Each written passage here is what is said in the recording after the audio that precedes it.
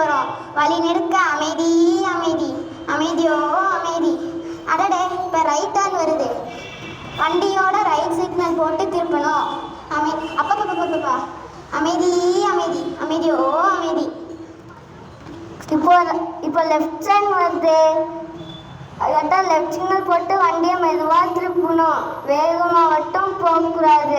மெதுவாக போனாதான் நம்மளுக்கும் வீட்டுக்கும் நாட்டுக்கும் பாதுகாப்பு பாதுகாப்பு பாதுகாப்போ பாதுகாப்பு.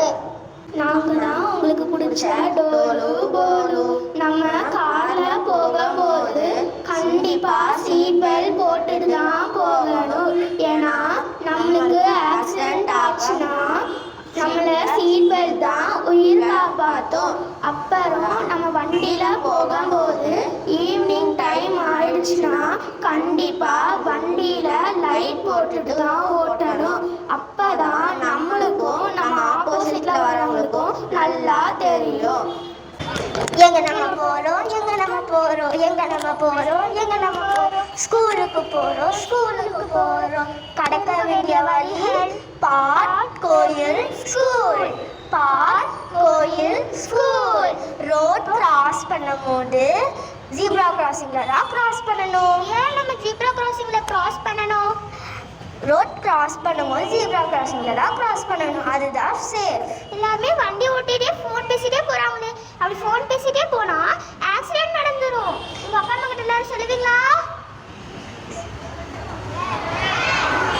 எங்க நம்ம போறோம், எங்க நம்ம போறோம். ஸ்கூலுக்கு போகணும், ஸ்கூலுக்கு போகணும்.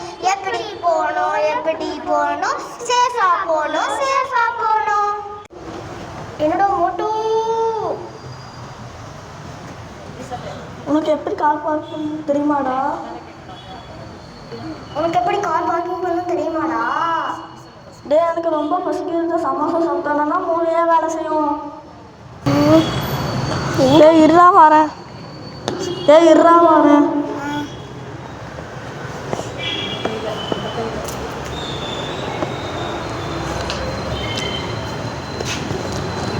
இப்போ சொல்கிறேன்டா.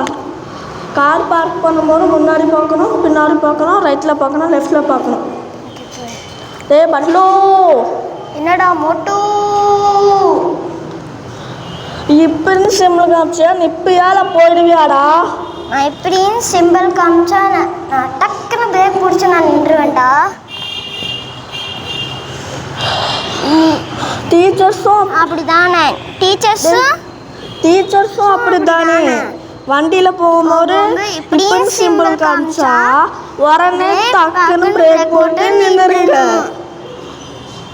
குட்டி பசங்களும் அவங்க பேரண்ட்ஸ் கிட்ட சொல்லி இப்படின்னு சிம்பிள் காமிச்சா டக்குன்னு பிரேக் போட்டு நின்றுங்க.